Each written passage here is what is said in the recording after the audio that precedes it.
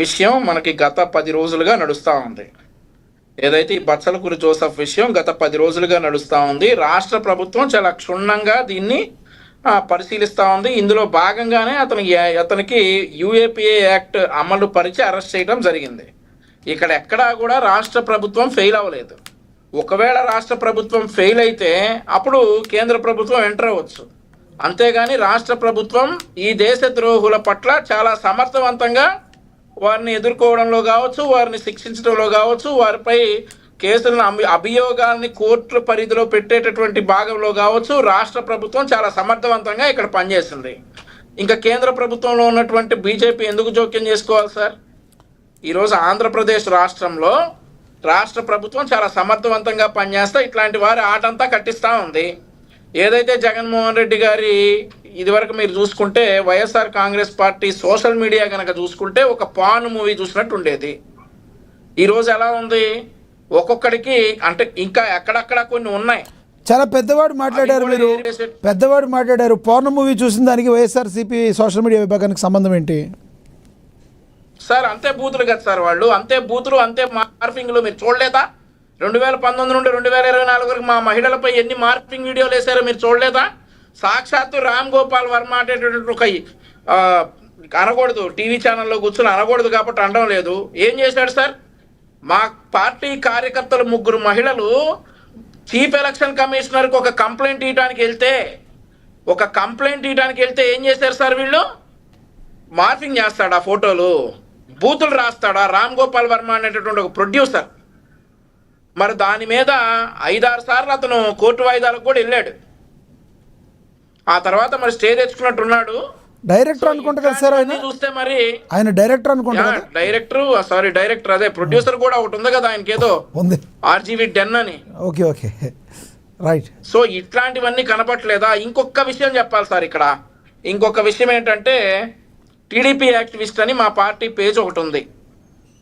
ఆ పేజ్లో జగన్మోహన్ రెడ్డి స్పూఫ్గా ఒక అతను వీడియోలు చేస్తూ ఉంటాడు.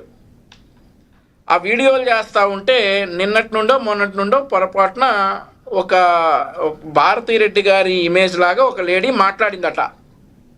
భారతీరెడ్డి గారి లాగా ఒక లేడీ మాట్లాడిందట.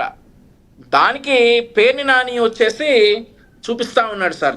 ఎంత అన్యాయం, ఎంత దారుణం అని. వ్యూహం సినిమా ఏంటి సార్? వ్యూహం సినిమాలో మా నారా లోకేష్ గారిని చూయించిన సన్నాసి ఎవడు? అప్పుడు ఏమైపోయినాయి ఈ నోర్లు? లక్ష్మీస్ ఎన్టీఆర్ అని చెప్పి ఒక సినిమా తీసి లోకేష్ గారిని ఉద్దేశించి ఒక క్యారెక్టర్ని పెట్టి చంద్రబాబు నాయుడు గారిని పోలిన మనిషిని పెట్టి చేసినవన్నీ మర్చిపోయారా? కమ్మరాజ్యంలో కడప రెడ్లను కూడా తీసినట్టున్నారు. అది కూడా చెప్పబోతున్నాం. Coming there.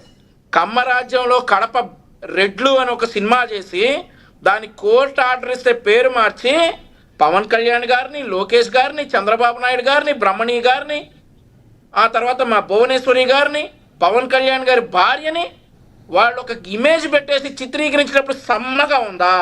ఇప్పుడు నొప్పి పుడతా ఉందా? సార్, ఇప్పుడు సన్ ఆఫ్ సత్యమూర్తి సినిమాలో ఒక డైలాగ్ ఉంది సార్. మనం బాగున్నప్పుడు విలువలు మాట్లాడి నాకిపోయినప్పుడు లెక్కలు మాట్లాడకూడదు అనేది ఒక విలువల ఒక ఇది ఉంది, ఒక డైలాగ్. ఆ డైలాగ్ గుర్తుపెట్టుకోండి. ఈరోజు వాళ్ళు చేసిన తప్పే రిజైండర్ ఇచ్చారు. ఆ టీడీపీ యాక్టివిస్ట్ అనే పేజ్లో రిజైండర్ కూడా ఇచ్చారు. పొరపాటున ఎడిటర్ చూసుకోకపోవడం వల్ల ఇది జరిగింది అని ఒక రిజైండర్ ఇచ్చారు. మీరు సినిమాలు తీశారు కదా మా నాయకుల మీద, అప్పుడు నొప్పి పుట్టలేదా? లక్ష్మీస్ ఎన్టీఆర్, కమ్మరాజ్యంలో కడపరెడ్లు, వ్యూహం, మీ బొంద, ఇట్లాంటి సినిమాలు తీసి మా నాయకుల్ని మీరు క్యారెక్టర్ అసాసినేషన్ చేయొచ్చా? ఒక చిన్నది 10 సెకండ్ల వీడియోకి మీరు అల్లాడిపోతారా ఈరోజు? సో కర్మ ఇస్ బూమరాంగ్ అనేటటువంటి ఒక సామెత ఉంది. మీరు అవన్నీ రెడీగా చూసుకోవాలా. ఏది మనం ఇచ్చామో అదే వెనక్కి వస్తుంది. మీరు సినిమాలాగా కాదు సార్, మీరైనా లేదంటే వైఎస్ఆర్సీపీ అయినా సినిమాలాగా చూడాలి కదా. ఎందుకంటే వాళ్ళు సినిమాలు చూశారు సార్. సినిమాలాగే చూడాలి సార్. నేను ఒక విషయం చెప్తా. మా నేతల్ని పోలిన పేర్లు పెట్టి, మా నేతల్ని పోలిన వీడియోలు పెట్టి, వాళ్ళ మనుషుల్ని పెట్టేసి పప్పు లాంటి అబ్బాయి అన్నప్పుడు మీరు సమ్మగానే ఎంజాయ్ చేశారు కదా సార్, బాగానే. మరి ఇప్పుడు ఒక చిన్న క్యారెక్టర్కి ఏమైపోయింది? మీకు చిన్నదే కదా, హారతి అని అన్నారు, దానికి ఏంటి నొప్పి ఏంటి? రామ్ గోపాల్ వర్మ తీసినప్పుడు మీరు ఎందుకు ఎంజాయ్ చేశారు? మీ సోషల్ మీడియా పేజీల్లో వాడి సినిమాని ఎందుకు ప్రమోట్ చేశారు? ఈ రోజు ఎందుకు బాధపడతా ఉన్నారు? ఆ రోజు బాధపడిన వాళ్ళకి ఈ రోజు బాధపడేటటువంటి అర్హత లేదు. ఆ రోజు ఎంజాయ్ చేసిన వాళ్ళు ఈ రోజు కూడా ఎంజాయ్ చేయాలి. మరి ఇది కూడా స్కిట్ లాగానే చూడాలి. Right. చంపేస్తాం, Right. రప్ప రప్ప నరుగుతాం, ఆ క్యారెక్టర్ చేసిన వాళ్ళని చంపుతాం అనేటటువంటి మాటలు ఎందుకు వస్తా ఉన్నాయి? రైట్. వంశీ గారు మీతో మళ్ళీ నేను మాట్లాడతాను. మళ్ళీ చెప్తా ఉన్నా, యా, యా, లక్ష్మణ్ గారు, యా. ఒక నిమిషం అవకాశం ఇవ్వండి. సార్. నేను మళ్ళీ చెప్తా ఉన్నా, మహిళల్ని ఎవరు కించపరిచినా కానీ తప్పే, ఎవరైనా కానీ చేయకూడదు. టీడీపీ యాక్టివిస్ట్ అనేటటువంటి పేజ్లో రీజాయింటర్ ఇచ్చారు పబ్లిక్గా. మేము చూసుకోలేదు, చూసుకోకపోవటం వల్ల అది వచ్చింది, తర్వాత వెంటనే తెలుసుకొని డెలీట్ చేశామని రిజైండర్ ఇచ్చారు. కోర్టు ఆదేశాలు ఇచ్చినా కానీ యూట్యూబ్లో ఇంకా వీడియోలు ఉన్నాయి కదా సార్. ఒక సినిమా 2.5 గంటల సినిమాకి ఎంజాయ్ చేసిన వీళ్ళు 10 సెకండ్ల స్కిట్ తట్టుకోలేకపోతా ఉన్నారా?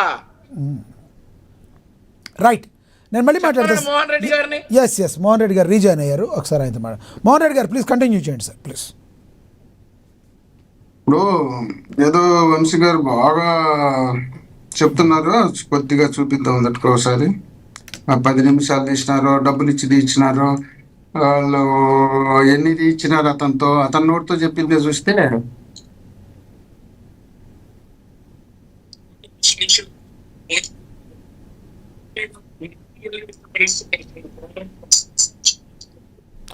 క్లియర్గా వినబడతలేదు సార్, క్లియర్గా వినబడతలే. మోహన్ రెడ్డి గారు ఏం చెప్పారు మీరు చెప్పండి, పర్లేదు. క్లియర్గా వినబడతలేదు.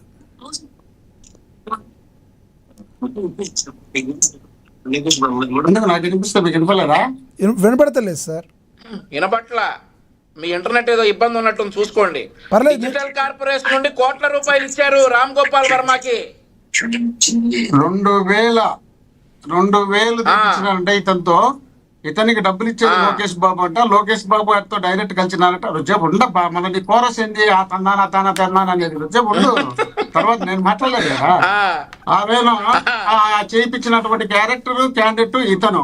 రెండోది మీ సినిమా గురించి పదే చెప్తున్నారు వంశీ గారు. అబ్బా అనుభవించినారు, ఆలోచించినారు, ఆ రోజు ఎంజాయ్ చేసినారు, ఈ రోజు 10 నిమిషాలు ఎంజాయ్ చేయలేకున్నారు అని. మరి ఎంజాయ్ చేయాల్సింది అసెంబ్లీలో మాట్లాడినప్పుడు ఆడ ఎంజాయ్ చేయకుండా ఇక్కడ వచ్చి ఏడ్చినారు. సేమ్ అదే అనుకోవచ్చు కదా మనం కూడా. మనకున్నప్పుడు ఒకటి, వేరే వాళ్ళకున్నప్పుడు ఒకటి.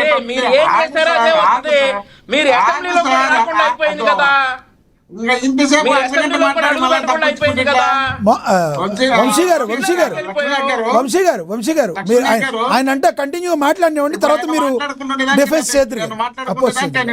ఆయన అంటే మాట్లాడినివ్వండి, ఆయన మాట్లాడినివ్వండి. ఎస్, కంటిన్యూ చేయండి. మరి ఇప్పుడు నేను ఏమంటున్నానంటే, మీరు మాట్లాడినా నేను మాట్లాడినా మహిళలు మాట్లాడినప్పుడు ఎవరు మాట్లాడినా తప్పే. ఫస్ట్ మాట్లాడింది మీరు ఎవరు? షర్మిల గారిని బాలకృష్ణ గారి ఆఫీస్ నుండి ఫస్ట్ మాట్లాడింది మీరు, కంప్లైంట్ పెట్టింది ఫస్ట్ మేము. మహిళల పైన మొట్టమొదటి మొదలు పెట్టింది మీరు చేసిన తర్వాత మా పార్టీకి సంబంధించి ఎవరు చేయలేదు. ఎవరో బయట చేసిన వాళ్ళందరినీ తీసుకొచ్చి మాకు కల్పించి మాట్లాడుతున్నారు. వీళ్ళు డబ్బులు పెట్టి పెంచి పోషిస్తున్నారు.